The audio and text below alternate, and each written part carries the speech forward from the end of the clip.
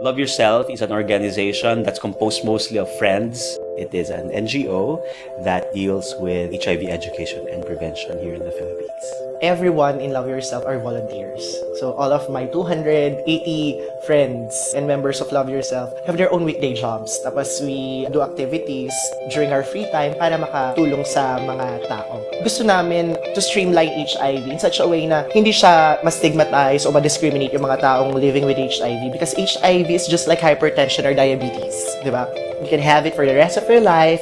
There's no cure, but there's treatment. As long as you're taking care of yourself very well and you stay healthy. One of the things that we always espouse is to always use positivity, because that's the way we can also attract people. Kasi ando na yung fear, natatakot na yung mga tao about HIV/AIDS when we talk about it. So if you wrap on fear or alarm too much, then the more they might get turned off. So we want to be more attractive so that we can help more people.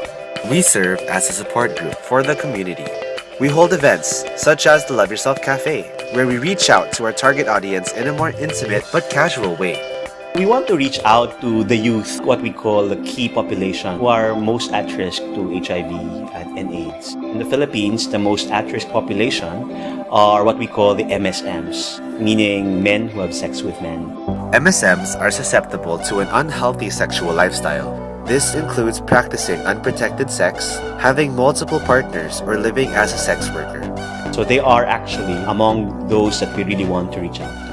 There are very different types of people. May mga people na ready to hear about HIV. May mga taong takot na takot about HIV kasi at the back of their minds, naiisip nila na, natatakot ako kasi baka may nagawa ako dati na puts me at risk more over these people. So mas natatakot ako.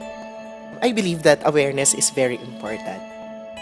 Hindi lahat ng tao ready to hear about HIV agad. Some would want to go and talk about HIV ng more subtle. If they're ready, we encourage them to get screened. Ayan. Kasi at the end of the day, it's still your choice, di ba? If you're not ready, okay lang. As long as you're here with us, and then if you're ready na, then you can get tested.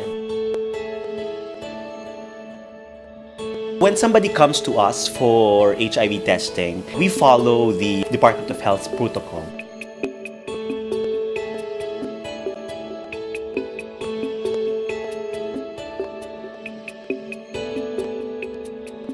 The very first step when somebody comes in for testing is what we call the pre-test counseling.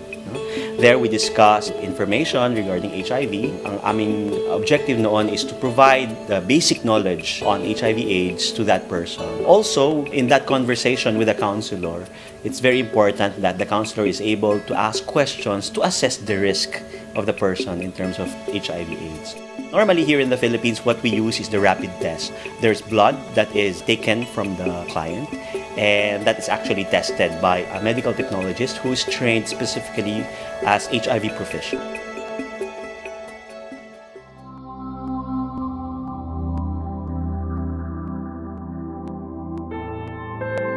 And then the last stage is the post-test counseling. The counselor, together with the client, in a very confidential manner, discuss the results of the HIV test. Regardless of the test results, whether it is negative or positive, we always talk about behavior change with the client.